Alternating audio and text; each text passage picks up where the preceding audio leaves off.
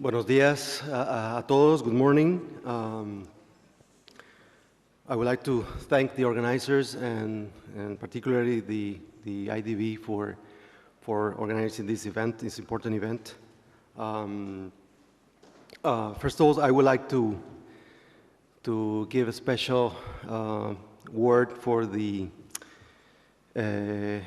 people that have been affected by the Hurricane Irma in the Caribbean. I know we have some representatives here from the Caribbean, and we recognize the damages and the people that have been suffering from this event, and also from the hurricane in Mexico. I think it was a very important earthquake, and there have been some people that have been affected. So our thoughts and prayers go to those people. First, I would like to do a brief introduction of why I'm here moderating this panel. I work for the Inter-American Committee on Ports, CIP, for its acronym in Spanish, Comisión Interamericana de Puertos, of the Organization of American States. The CIP is an intergovernmental organization, and its objective is to develop a competitive, safe, sustainable, and inclusive ports in the hemisphere. We focus on the promotion of the political dialogue on ports. We are the highest intergovernmental forum in the hemisphere. We focus on capacity building in some areas, in particular this competitiveness and logistics, technical assistance, and in particular we work very closely with the private sector. And this is something that has been highlighted yesterday. The relationship with the private sector is very important to develop this, not only the single window, but also the port community systems. It's important to have the participation of the private sector. I'm participating here as a part of a long-standing tradition of cooperation between the Organization of American States and the IDB. We are reinvigorating our partnership for the benefit of our members, and I would like to recognize some of our members, the port national port authorities that the IDB has been very kind to invite to this meeting, and I hope that they benefit from the discussions that we're going to have today. In this context, in this spirit of collaboration, we're announcing we have a hemispheric conference on port competitiveness, innovation, and logistics to be held in Panama City from October 3rd to October 6th of this year. And you are all invited to attend, where we'll be talking about port community systems and logistics in the area, on the sector of ports. So without further ado, since we have limited time, I would like to introduce our panelists. We have Salvador Furió is the Director of Logistics and Intermodality from the Fundación Valencia Port in Spain. And we have Richard Morton, he is the Secretary General of the International Port Community Systems Association.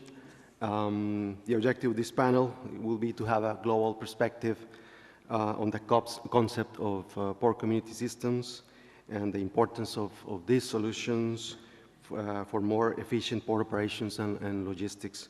So I would like to give the floor to Salvador. Muchas gracias, Ernesto. Hola, buenos días a todos. Bien, a mí me toca la misión ahora de tratar de despertarles a todos después de la larga noche de ayer. No sé si va a ser fácil porque yo tengo un tono de voz bastante plano, pero espero que el tema, que creo que es un tema de interés y que está de moda ahora hablar de sistemas de comunidad portuaria, espero que les mantenga interesados.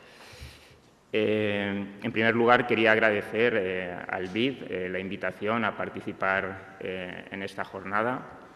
Desde la Fundación Valencia Port, desde hace ya bastantes años, estamos colaborando con el BID en el desarrollo de estos cursos online de ventanilla única de comercio exterior. Hemos tenido la oportunidad de participar en alguna otra de estas reuniones de la red BUCE y es siempre un placer y muy interesante el poder compartir con ustedes y ver cómo van avanzando los proyectos de ventanilla única en los diferentes países.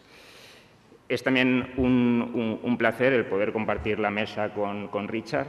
Hace muchos años ya que nos conocemos y que coincidimos hablando de Port Community Systems, de sistemas de comunidad portuaria en diferentes eventos.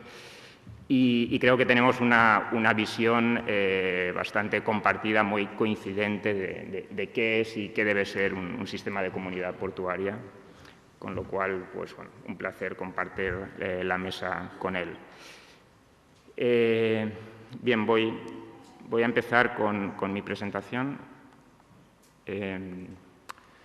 Los puertos se enfrentan a múltiples retos. Por un lado, el crecimiento de tráfico, tanto por el crecimiento del comercio exterior como por estos sistemas de hub and spoke que hace que multiplicar las operaciones en los puertos, la consolidación, la concentración del sector marítimo con las grandes fusiones, adquisiciones, la creación de las grandes alianzas, el uso de buques cada vez más grandes que hacen concentrar las operaciones en pocos puertos y también concentrarlas en el plazo de tiempo. Esto que presiona a los puertos, que tienen que ser cada vez más eficientes para poder atender y dar el servicio requerido por estas grandes compañías navieras, a la vez que las cadenas logísticas, la logística moderna cada vez también crea más presión para ser más eficientes a lo largo de toda la cadena logística. Luego podemos hablar de la presión desde el punto de vista de la seguridad, que es un factor cada vez más importante, al igual que una mayor presión medioambiental. Tenemos que hacer lo mismo, tenemos que hacerlo de forma más eficiente y de forma más sostenible y respetuosa con el medio ambiente. Y los puertos líderes dan respuesta a todos estos retos, no solo con la inversión en nuevas infraestructuras, en nuevos equipamientos, sino también con la inversión en tecnologías de la información y la inversión para mejorar la gestión de la información. Y aquí es donde los Port Community Systems, los sistemas de comunidad portuaria, juegan un rol relevante. Los sistemas de comunidad portuaria son el resultado de un largo proceso de desarrollo a lo largo de la transformación digital de los puertos. Los primeros sistemas aparecieron a finales de los 80, principios de los 90, primero abriendo los puertos a través de portales web y posteriormente avanzando hasta consolidar y crear ese concepto de comunidad portuaria y el desarrollo de plataformas tecnológicas que dan soporte a esta comunidad portuaria en los intercambios de información vinculados a los procesos logísticos y a los procesos portuarios a lo largo de la cadena de transporte. Los flujos de información en los puertos modernos son muy complicados, involucran a un gran número de agentes diferentes y generan mucho papeleo. Antes se decía que para poder mover un contenedor necesitabas otro contenedor lleno de papeles acompañando el contenedor para poder moverlo a lo largo de la cadena logística. Como decimos, hay múltiples agentes, tanto públicos, privados, que participan a lo largo de esta cadena. autoridades portuarias, autoridades marítimas, las aduanas, otras agencias de regulación, agentes marítimos, freight forwarders y operadores logísticos, agentes de aduanas, los transportistas de carretera, de ferrocarril, etcétera. Y todos ellos necesitan intercambiar información. Y los Port Community Systems se trata de esto, de sentar a todos estos actores en una misma mesa para decidir cómo se va a trabajar, cuáles son los procedimientos que se van a seguir, los estándares que se van a utilizar y cómo vamos a gestionar todos estos flujos de información.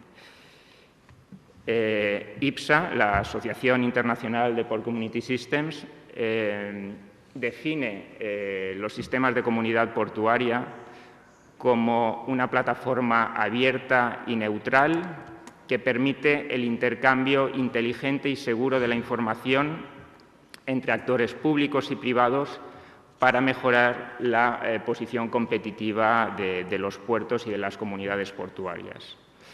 Este es el objetivo último. No se trata de introducir tecnología por introducir tecnología, sino de tratar de mejorar esa posición competitiva a través de la mejora de los procesos y que al final se reduce en procesos más eficientes y en disminución de esos costes logísticos de los que hablábamos también ayer en alguna de las presentaciones. Entonces, un sistema de comunidad portuaria optimiza, gestiona y automatiza los procesos logísticos y portuarios a través de un envío único de datos y conectando a todos los actores de la cadena de suministro. Esto es una definición bastante completa de lo que es un sistema de comunidad portuaria. Bien, ¿cuáles son los aspectos clave? Por tratar de poner el foco de esta definición, algunos de los aspectos claves de los sistemas de comunidad portuaria. Como decimos, es una plataforma electrónica neutral, tiene que ser de confianza para el conjunto de la comunidad logístico-portuaria. Esto es un aspecto clave. El Port Community System es una herramienta para la comunidad logístico-portuaria y tiene que ser desarrollada por ellos y para ellos y es importante que tenga este nivel de confianza entre los que van a ser los usuarios de esta plataforma, de ese sistema. Es una solución de bajo coste o debería ser una solución de bajo costo para los usuarios. Es importante resaltar el que no es una solución de software, no es un software. Lo más importante cuando hablamos de sistemas de comunidad portuaria es el concepto de comunidad portuaria y el crear y consolidar esa comunidad portuaria que, como decíamos, se sienta alrededor de una misma mesa para definir de forma conjunta cómo quiere trabajar, cuáles son los procesos que quiere seguir y cómo va a intercambiar la información. Y eso es donde se debe poner más esfuerzo en los procesos del desarrollo de los sistemas de comunidad portuaria. El software viene después. La solución tecnológica necesaria para dar soporte a la implementación de esos procesos y esos estándares que han sido acordados viene después. También es importante hacer hincapié, resaltar en que no hay soluciones globales que sirvan para cualquier puerto y para cualquier situación. Estamos hablando de soluciones personalizadas, cada puerto es diferente. El punto de partida cuando un puerto se plantea empezar con un proyecto de Port Community System es diferente también, la realidad es diferente y necesita diseñar una solución que se adapte a las necesidades del momento. Por eso es posible, si hacemos una revisión de las diferentes experiencias que encontramos internacionales, vamos a encontrar muchos típicos de sistemas de comunidad portuaria distintos. Con un portfolio, un grupo de usuarios diferentes, que no siempre tiene que coincidir, con diferentes modelos de gobernanza, con diferentes modelos de negocio, con diferentes modelos de operación y con un diferente portfolio de servicios que están ofreciendo a esa comunidad portuaria a la que va dirigido. Por lo tanto, cada Port Community System es distinto y debe adaptarse a las necesidades específicas del puerto para el que está siendo diseñado. No sé qué he hecho. ¿Cómo puedo volver hacia atrás?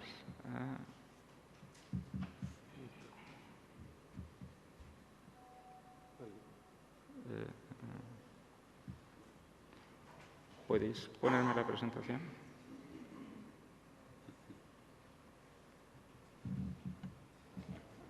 Gracias. Bien, decíamos, son soluciones a medida y específicas para cada puerto.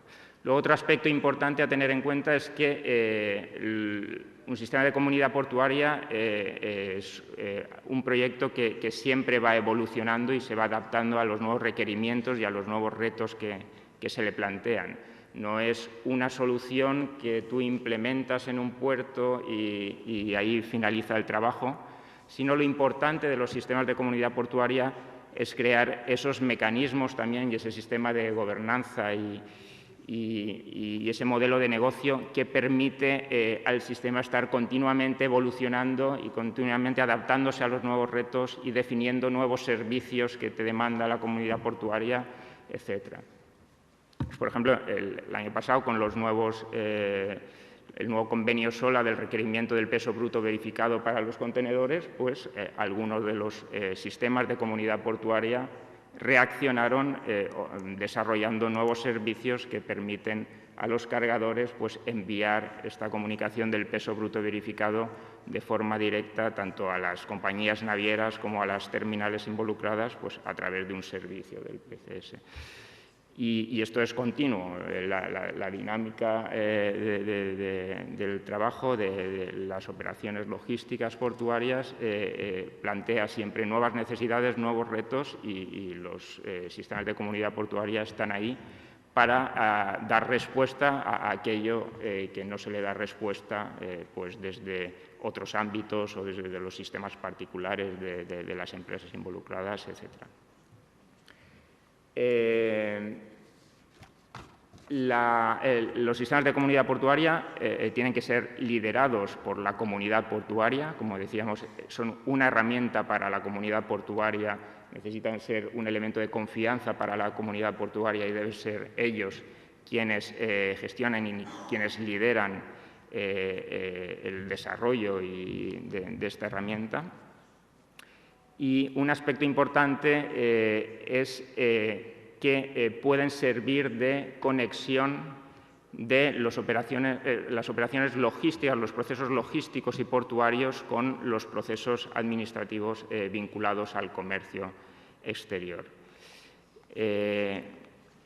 Como decíamos, y ayer salió ya la conversación, mucha de la información que requieren las diferentes administraciones para todo el proceso vinculado al comercio exterior es información que se necesita para la gestión de las propias operaciones de transporte y logística. Ya están siendo gestionadas en muchos casos a través de sistemas de comunidad portuaria o sistemas o cargo community systems.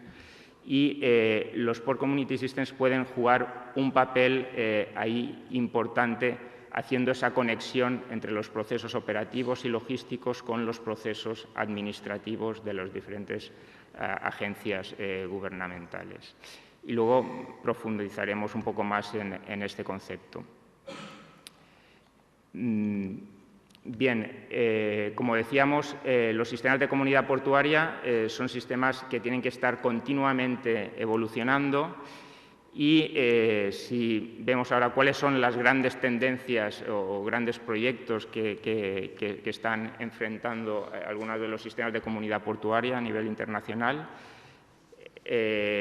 podemos señalar el convertirse como una parte integral de los sistemas de facilitación del comercio y como esos portales de entrada, como esa puerta de entrada a los sistemas de ventanilla única, y luego hablaremos un poco más sobre esto. En algunos países los sistemas de comunidad portuaria están apareciendo propiamente como ventanillas únicas Y yo creo que no hay que tener miedo, y luego hablaremos un poco más sobre ayer veíamos cómo hablamos de la experiencia de Japón, donde hablamos de una ventanilla única que estaba dando servicio a procesos de negocio, business to business, con la gestión de las instrucciones de embarque, con la gestión de las facturas comerciales, etcétera. Y también podemos encontrar el caso de sitios donde sistemas de comunidad portuaria están dando servicio para las relaciones entre algunas agencias de gobierno, para relaciones government to government, y ejerciendo ese papel de ventanilla única. Al final podemos encontrar muchas situaciones, pero lo que hay es un conjunto de sistemas que deben de estar conectados entre sí y entenderse para poder dar el conjunto de servicios necesarios a los usuarios, y luego plantearemos esto.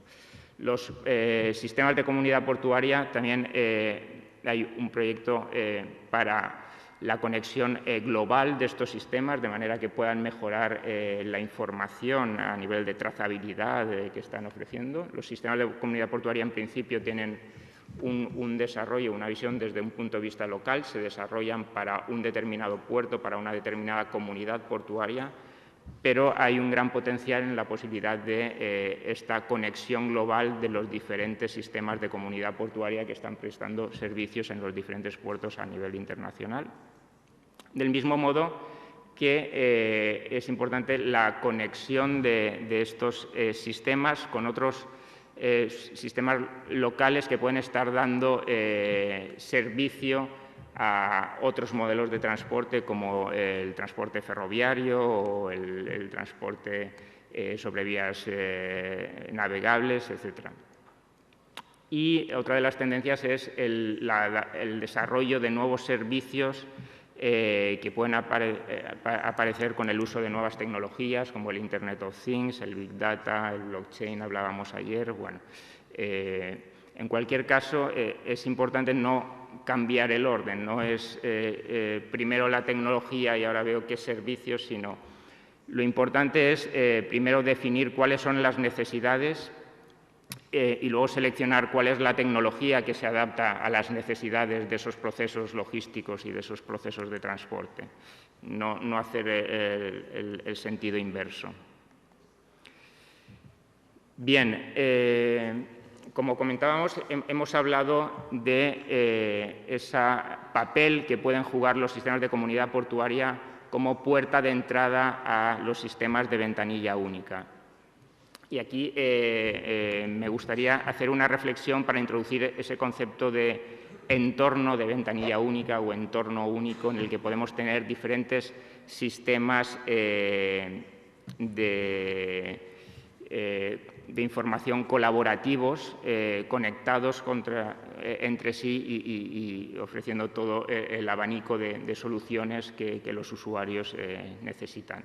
Los sistemas de información colaborativos han evolucionado a lo largo del tiempo, empezando por soluciones de conexión entre dos sistemas bilaterales para entenderse entre ellos, a portales de negocio, la aparición de tiendas online, y luego de aquí a la aparición de marketplaces, de portales de negocio o de portales sectoriales que ofrecen la posibilidad de conectar múltiples empresas, productos, servicios con otras múltiples empresas y potenciales usuarios de estos servicios en un entorno de entrada única y de envío único de los datos, como Single Submission Portals. Del mismo modo, a nivel de gobierno, también se ha evolucionado desde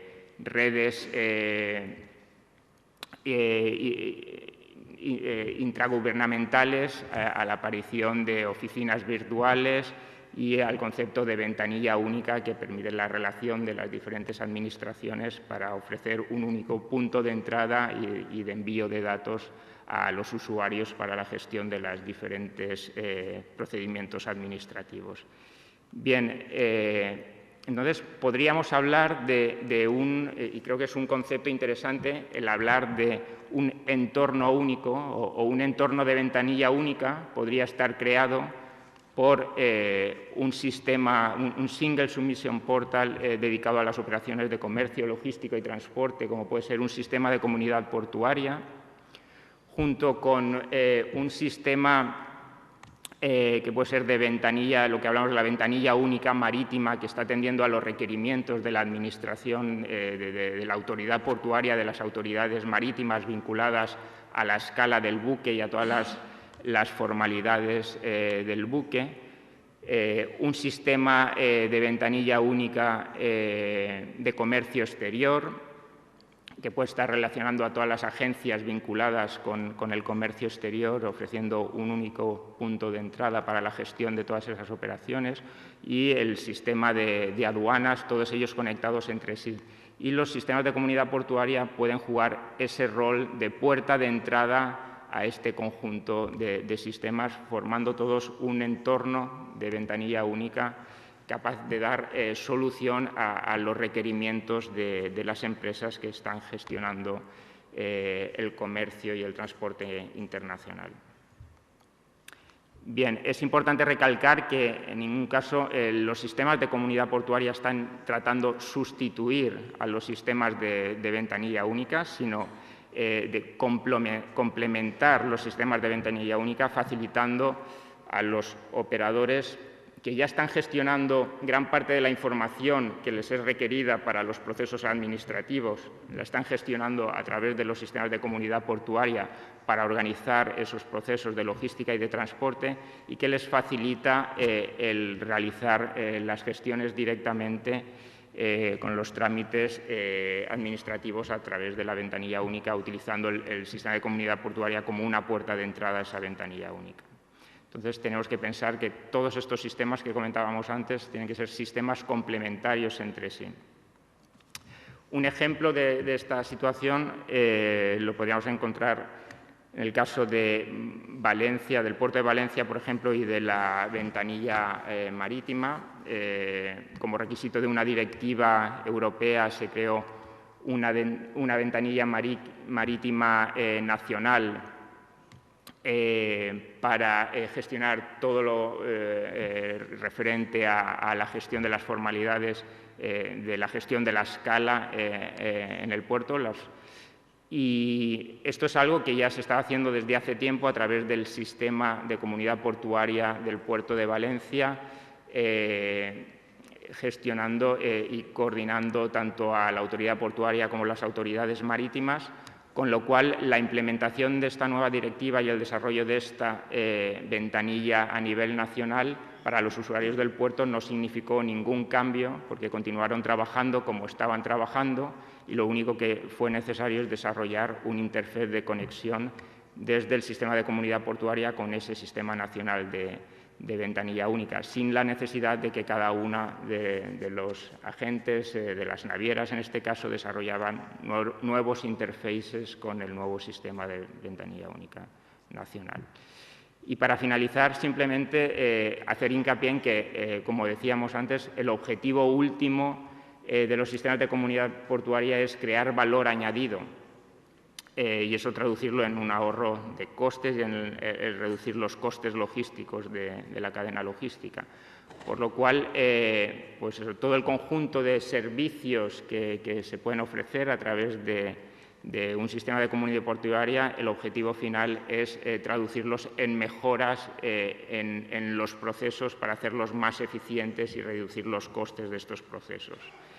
Y bueno, aquí simplemente tenía un ejemplo de uno de los muchos ejemplos que podemos encontrar. En este caso es también un ejemplo del sistema de comunidad portuaria de Valencia, como pues gracias a la integración también con el Sistema Nacional de Aduanas, se permite hacer un cruce automático de las listas de carga de buque que envían los diferentes agentes marítimos, que lo envían a través del sistema de comunidad portuaria independientemente de con la terminal con la que estén trabajando. En el caso del puerto de Valencia hay 3 terminales de contenedores que están ofreciendo servicios. Los agentes marítimos pueden trabajar de forma igual independientemente de con cuál de las terminales estén trabajando, haciendo ese envío de la lista de carga que recibe información enriquecida adicional gracias a la conexión con otros sistemas, de manera que esa lista de carga es complementada con información sobre el estado aduanero de los envíos o sobre la autorización de mercancías peligrosas, etc.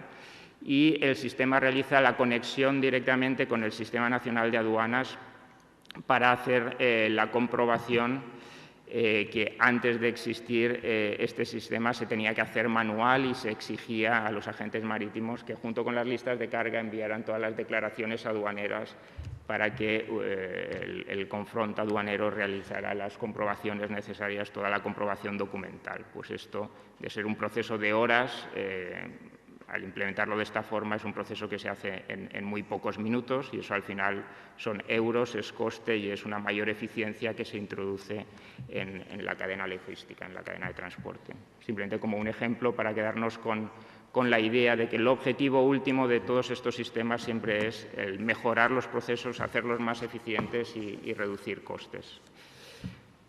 Gracias. Tenemos la presentación aquí.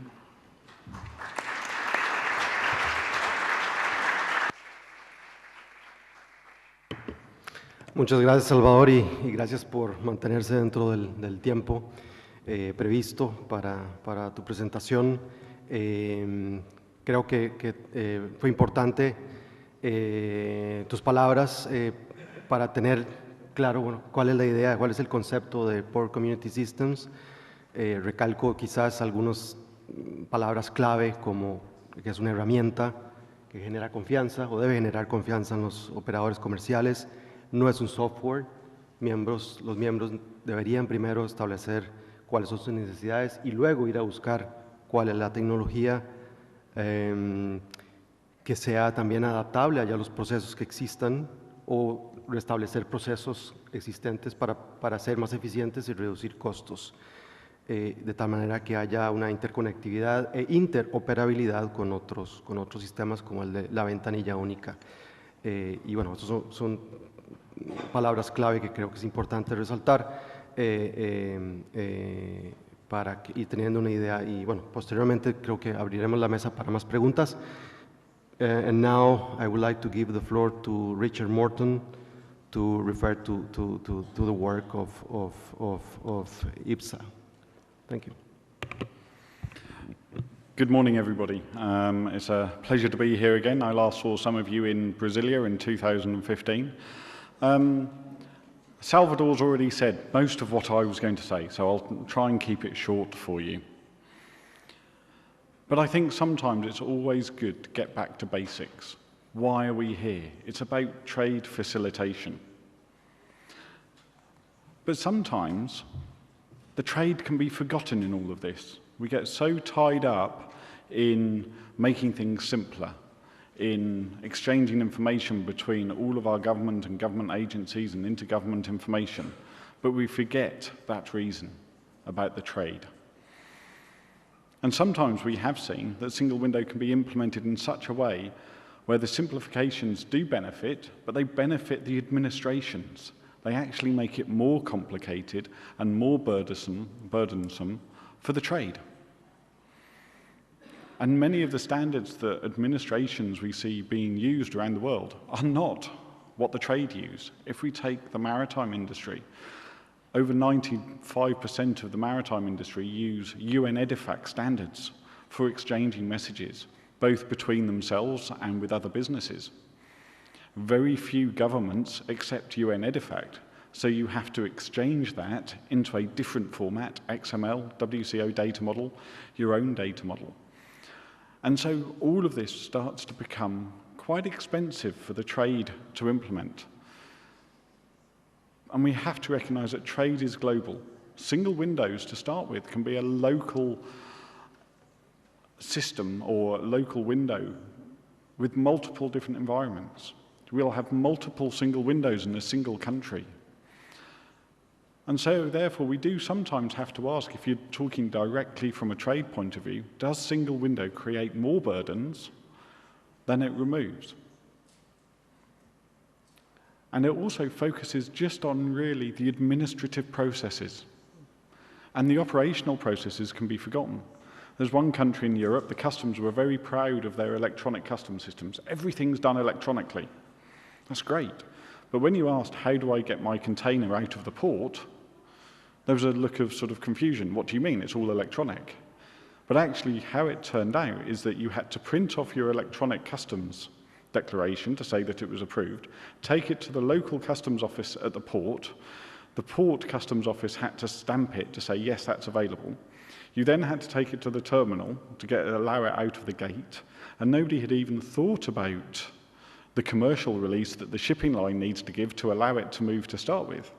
So even though the customs was all simplified, the container still sat on the quayside for 3 days because it hadn't been linked to the operational processes.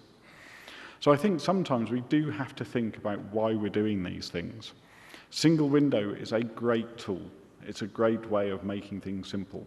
But we've seen from experience in Europe and elsewhere that sometimes it does lead to additional processes being put in place.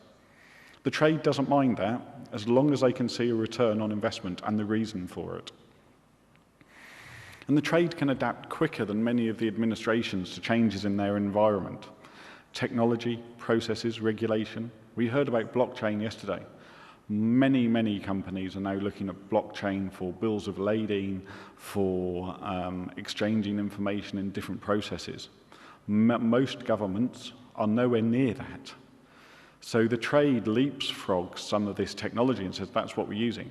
They will create a solution to make their business more profitable, more streamlined, simpler. But how do small and medium-sized companies? We heard yesterday of some examples of how the small and medium-sized companies get involved. And they may be less able to adapt to the new technology and processes. Trade is also very conservative. It doesn't like change.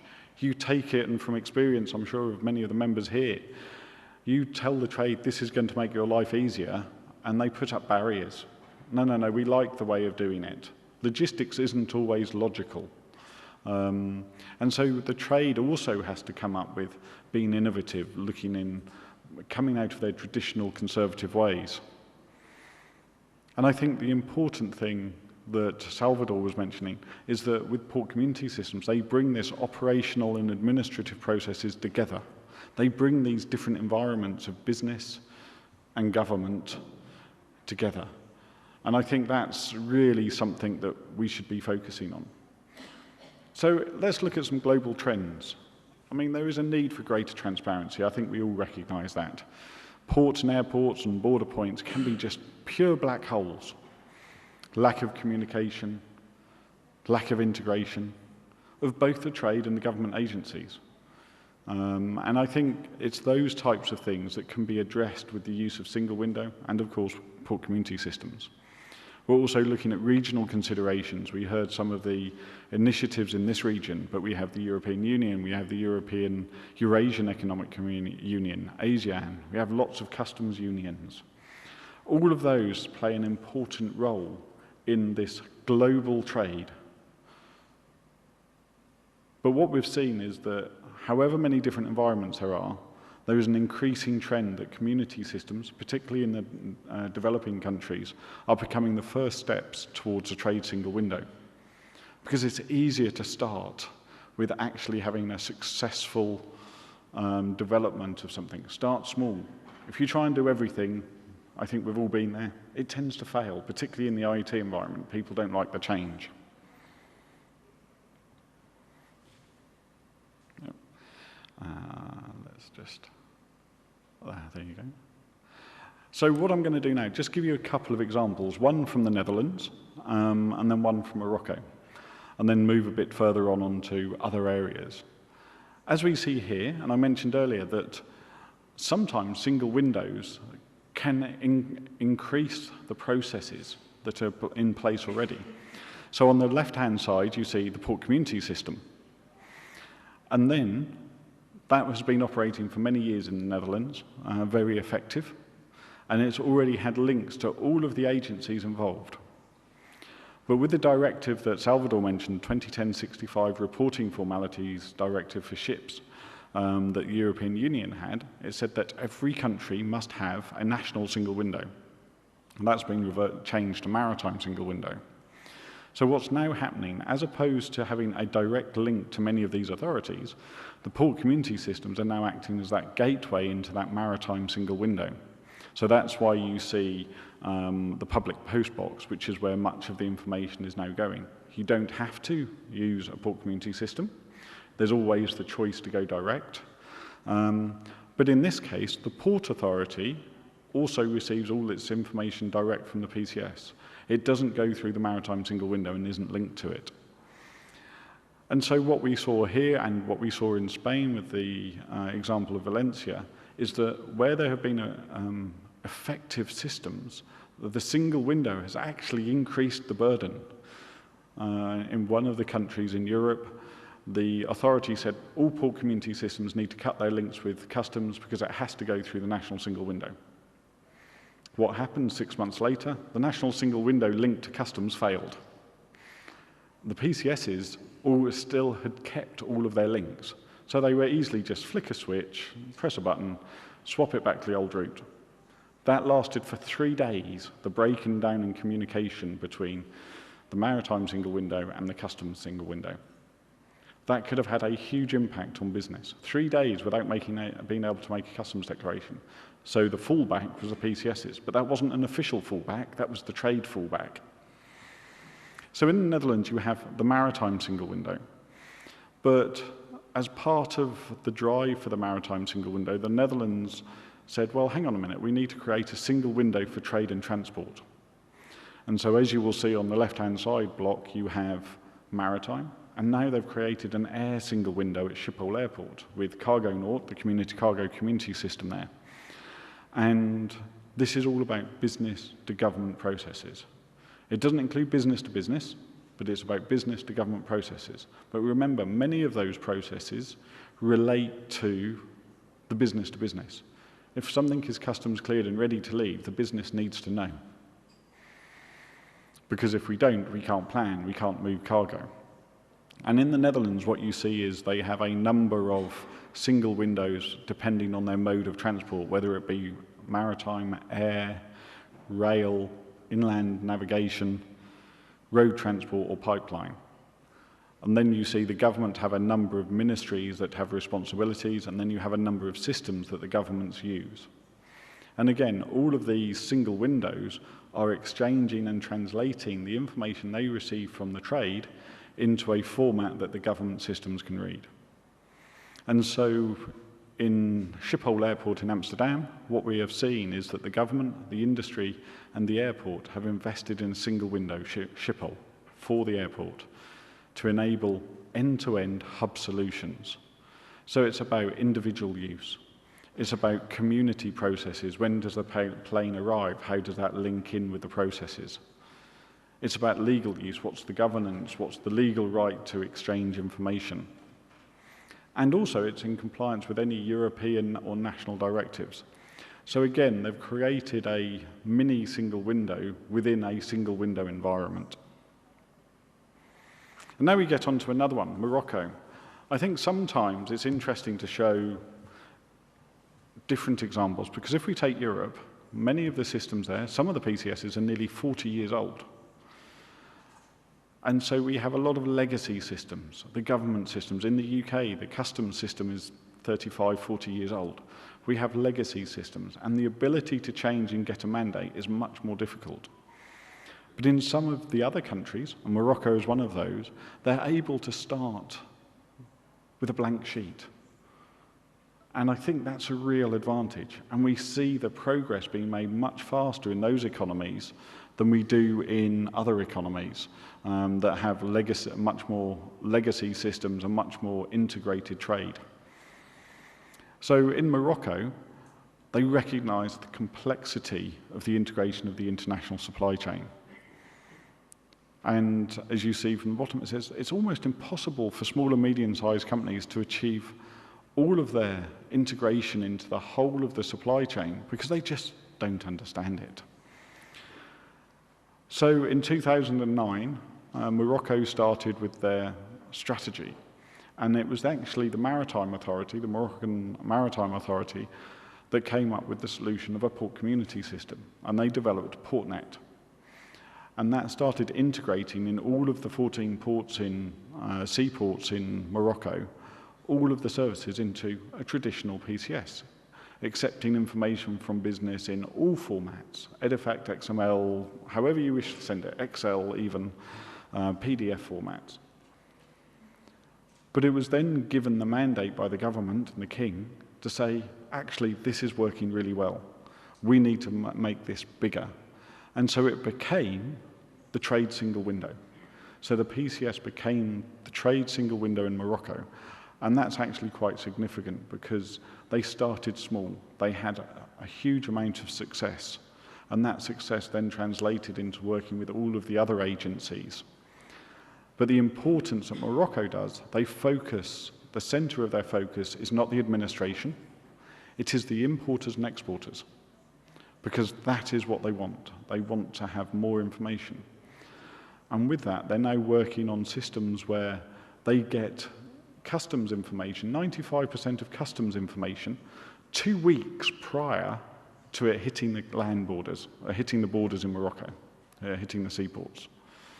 And that helps greatly for the customs to manage risk, to see where it is, what's happening with it, where's it coming from. In some cases, it's still on production lines in Turkey, coming into Morocco. But their whole focus was, and is, the importers and exporters. They also link the banks into the system. And we see examples of that elsewhere in places like Benin and Togo, where services are coming in, and there's a PCS linked to a trade single window, and they do a single invoice where all costs, whether it be terminal handling costs, storage costs, demurrage costs, duties, taxes, is put into a single invoice via the bank to the end customer. Once that customer pays the bank pays all the relevant bodies, and then allows the release of the container. And those types of mechanisms have made a huge difference. The Port of Cotonou increased in 2 years from 150,000 TEUs to 250,000. That's significant growth. And it's because they had simplified all of the processes, the operational and the administrative together. And I think it's really important to recognize that the importers and exporters are the focus. And just to give you some of the figures, 2015, 8 hours was the average import turnaround time. It's now down to 4 in a year. And if you go beyond that, it was days. And I think some of these are quite interesting. They're also looking at apps where you can get live information as administrations on the efficiency of your processes. So you can compare where there are blockages, whether it's in an inspection agency, the veterinary control. Why are there blockages there? So they become very forward-thinking in how they share this information. So there are some really significant areas of continuous improvement. And I think that's important to actually consider. I'll quickly now just go over to talk about the global perspective. As port community systems, we're connecting the trusted networks. Port community systems are trusted networks. They have huge amounts of information, and they're trusted to hold that, whether they're private, they're public, private-public partnerships. And as an association, we have a vision of a neutral and trusted network, globally connecting the logistics, use of existing IT infrastructures, not new ones, creating simple APIs to connect to community systems around the world, and ultimately simplified user authorization. A bit like your Google. To sign on with Google, you can sign on with this to all of your PCSs. I mentioned earlier about the visibility and the lack of it. That's a critical element why there is a need for greater transparency. And so what we looked at is what was public and what was private data, how that could be exchanged. And we identified that much public data, such as vessel status and container status, is available anyway if you have the right information. So why not make this simpler to get? There were no API standards. There are no standards for interfacing between systems. So we have now created an interface, an API system for doing it. It's easy to implement, and it's the use of international standards. So this is what we see now. PCS is isolated, they're linking to users, they're linking to authorities, and you'll see the users connecting to each other by traditional means, email or other means. However, the vision is to connect that together, so you can go to PCSA and find information from PCSB that is available to you. So we're starting to create this globally. We have a network of lodging in China, which is 15 ports in China and 3 airports, Belgium, Portugal, parts of Spain and parts of the UK are all piloting this at the minute, and it's very simple. The key thing is, how do we do it? And we'll leave these slides with you for reviewing, and if you want to learn any more about our exchanging information, there's a whole series of our action plan in terms of what we're actually driving forward with.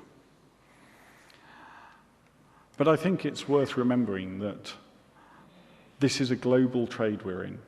We need to make sure that single windows are doing trade facilitation. They're doing a very good job. It's a very complicated job, but we need to make sure that we link this through to the trade as a whole. Just on us, briefly, before I finish, we have currently 32 members operating in over 32 countries. This is equating to about 250 million TEUs per annum going through our member systems. And that's seaports, airports, land border crossings. And we both have port community system operators and single window operators. They do the same thing, just with a different focus.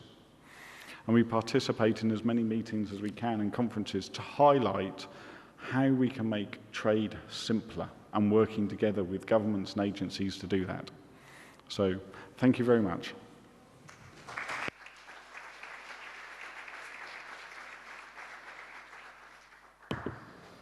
Thank you very much, Richard.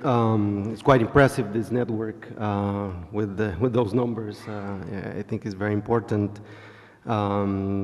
Just briefly to summarize, some key words. We noticed the issue of the lack of communication and integration, and it's some of the work that needs to be done. The issue of intermodality, not only ports, there is also air, road transport, and other modalities. I think that's also highlighted by Salvador. I think it's relevant, not only customs, we all have here customs and ports, but it's also air transport and other means. So that's, I think, important. And for some of the members that are here, I think you highlighted something that is very relevant, is that sometimes it's easier to start from a blank sheet. Maybe some members don't have a port community system. It will be easier than those members that already have a long processes for years, for 40 or more years. So I think this is relevant. Now, before I turn to you for questions, to the members, to the participants, I would like to make a couple of comments, so you can maybe refer to those when answering questions. And working for the Inter-American Committee on Ports, we recognize that some of our members have been highlighting the problematic that they have in terms of coordination with other authorities. And I think that's something that is relevant to this topic. And if you can help us create some light in how this can be solved, find solutions to that. The issue of data, I think, has been highlighted yesterday and today as well. Our members, the port authorities, are trying to work and trying to standardize some of the data, and perhaps this port community systems could be a tool to help on that endeavor. And finally, I would like to also pose a question to the audience, and it's what is it that countries need in terms of port community systems strategy? We have heard that Some have established procurement systems, some don't, but since we have well, the IDB and the CIP, we can be of a help. If you can, help us identify those needs and how we can help, how the members of this panel can also help, that will be something important. So I open the floor for questions.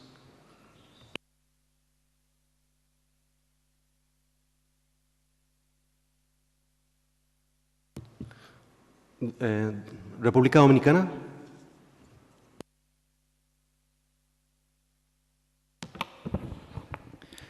Good morning. My question is for Mr. Morton.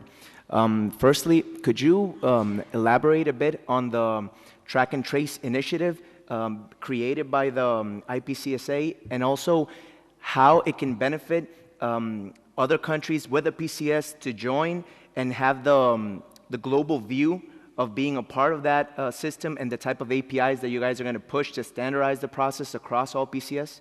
Thank you. Thank you. Yes, it's a relatively new initiative. Basically, as I said, there was a black hole, and PCSs have traditionally said, all of our data is confidential, it's not our data, it's somebody else's, we can't share any of it. But when you actually investigate that further, there is a number of data elements that is public. If you have a container number and a bill of lading, you can go onto most shipping line websites and get information. The problem is it can be old, and if you are searching for data on a vessel, you know that your container is on a certain vessel, you can go to multiple sites to find it, and you can have a difference of between 2 and 14 days of the estimated time of arrival of that ship. So as port community systems, we have that information in our systems already. We know when the vessel left the port, all of the ports on its route, as well as where it's going to next. And so in terms of the initiative, it's very simple, actually. The challenge isn't the technology. The challenge is the people and the operating model. I think the vision is ultimately to have a tranche of information and data that is publicly available. And then different organizations can use that for however they wish, whether it's selling a service using that data or just exchanging it as part of what they do. So in terms of others participating, we're open as an association. At the moment, it's within our membership, but we do anticipate that growing because people like Alibaba in China are very interested in trying to open up, particularly the black hole in maritime. With air, it's a lot easier to track your cargo than it is in the maritime industry. In terms of the technical solution, it's a simple API. One of our members spent a couple of weeks in total, but it wasn't every day, developing the API. And we're quite happy to share that with you if you're interested in what that looks like. And actually, with the API, it's just the interface that is the API, because you can then agree what data you're sharing. So it's how we speak to each other. It's the data that is important. And I think that's the critical thing in everything that we're doing, is a port of arrival is a port of arrival. So with the current revision of the International Maritime Organization's FAL compendium and FAL guidelines on single window, it's been given to the FAL compendium has been given to the World Customs Organization to manage. And the first problem we came up with was port of arrival for customs is quayside, generally. Port of arrival for maritime authorities is port territory. So suddenly you're talking a different language. And the impact on the trade, if you're chartering a vessel, oh, well, actually, if port of arrival has by accident changed to quayside, I can charge an extra 4 hours for my charter time on a vessel. So we have to be very careful on the data. But for the track and trace, it's an open initiative. I'm happy to talk later on that. The APIs we're perfectly happy to share. One of our members took 4 hours to implement it and was linked into a potential network. Again, it's in its pilot stage, and we're doing the same, using the same API for the air industry as well. Thank you.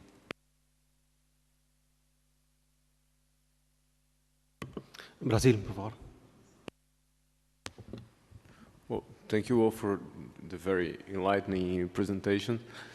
Well, as you've seen from our presentation yesterday, we have some quite ambitious result expectations from our single window project, but we are well aware that we will only achieve the best results if we also have some developments in the private sector side.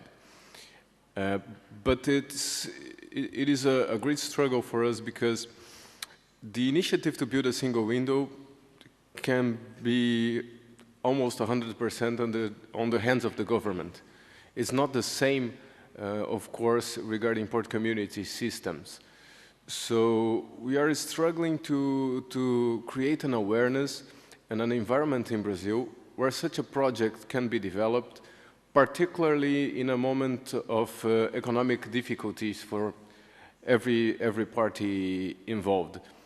So my question is, if you have any ideas, any strategies on how to create opportunities and incentives for the development of port community systems or similar solutions to be linked to the single windows, because the reality that we have, we are putting in place, of course, an administrative single window to conform your processes with the government.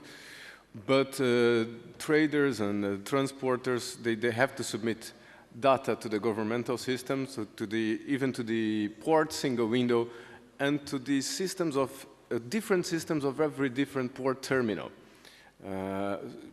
So it would be, of course, key for everybody to establish such a system, but we don't feel that we have an environment favorable to the development of these solutions in Brazil. And even more, we have great similarities in the country. Of course, we have absolutely different situations in the south, in the north. We have huge ports that are quite small. So also how to tackle this particular issue facing such asymmetries. What we are trying to do in the single window is to develop a solution that is flexible, that can receive information from any different source through the use of course, XML and JSON technologies and such. But we still have a long way to go on the other side, on the private sector side, to provide us this information in the most effective way.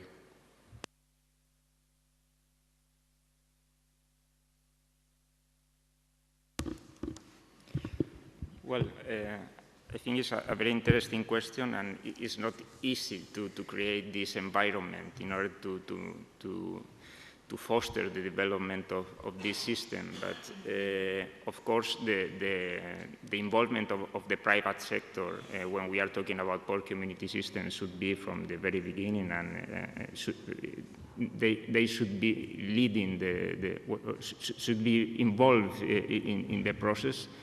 The leadership, it depends. It might be something that is fostered from a specific port authority, or national level, or it's necessary to find what is the best way in order to push this process. But, well, to create a common understanding of what a port community system is, and to establish this communication in order to all the port community also to understand what we're talking about, and make them that they are aware about the opportunities and the savings that is possible to obtain due to the development and implementation of this kind of system. This is something that it can be created from the government, from the ministries, in order to involve the private sector in this process and to do the studies, the analysis, this process re-engineering that we were talking yesterday. This is something key. Well, a first step with this kind of studies in order to evaluate and analyze where the opportunities are, what are the impacts that can be achieved with the development of these kind of systems, so that the private sector is aware of this and they can see the advantages to get involved and even to invest in the development of this kind of system is something important. I think there are not magic recipes and the way to approach in the different countries, it could be different. In many cases, port community systems are things that have been developed from the local point of view.